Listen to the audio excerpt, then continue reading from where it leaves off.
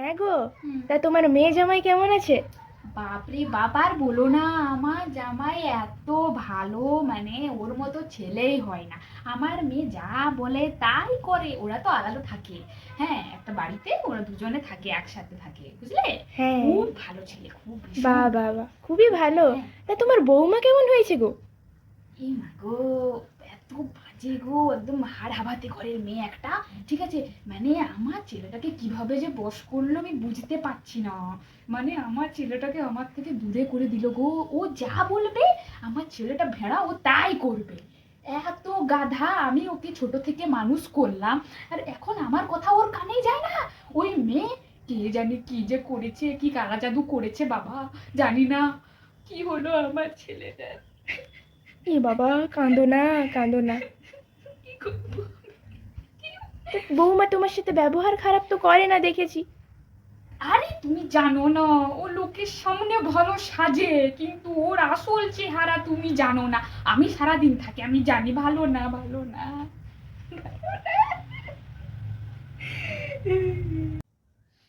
কি গো, বৌমা কেমন রান্না করে তোমার? খেতে দিতে ভালো দিচ্ছে তো? না গো, দিচ্ছে না, রাঁধতেই পারে না, বাড়ি থেকে কিচ্ছু শিখে আসেনি, কিচ্ছু না, একেবারে সারাদিন খালি ঘুমায়। আমি রান্না করে করে আমার হাতগুলো দেখো কি হলো, একেবারে বাজে হয়ে গেল। আমি কি করলাম, কাকে আমি ভোগ করে আনলাম গো? কিছু রান্নে না। আর জানো, কিছু যদি রান্না করে সেটা মুখে নেওয়া যায় না। আমি তো মাঝে মাঝে ভাবি যে ভাই যদি খাবারে কিছু মিশিয়ে টিশিয়ে দেয়, ওই জন্য ভয়ে আবার আমি ওর রান্না খেতেও পারি না। হ্যাঁ, নিজেই রাঁধি, কি বলবো গোপালের অবস্থা। হ্যাঁ, এই জন্যেই আমি চেয়েছিলাম একটা নিজের পছন্দ করা মেয়ে আনতে, কিন্তু ওই গাধা ছেলে ও তো সেটা হতে দিল না। তা তোমার বৌমা তো দেখতে খুব সুন্দরী, কোনো চাকরি বাকরি করে নাকি? না না না, কিচ্ছু করে না, একদম কিছু করে না।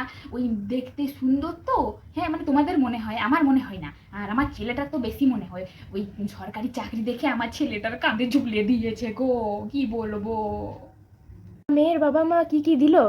ছি ছি ছি, সে নিয়ে আর বলো না, দেয়নি দেয়নি, কিচ্ছু দেয়নি, একেবারে দেয়নি, কিচ্ছু না। কেন এত তত্ত্ব এলো, এত ভালো ভালো শাড়ি কাপড় আলমারি, ফ্রিজ না না ডিভান। না না, ওগুলো আরে বাবা তুমি বোঝো না। ডিভাইন যেটা দিল, সেটাতে কি আমি ঘুমাবো? ওর মেয়েই তো ঘুমাবে।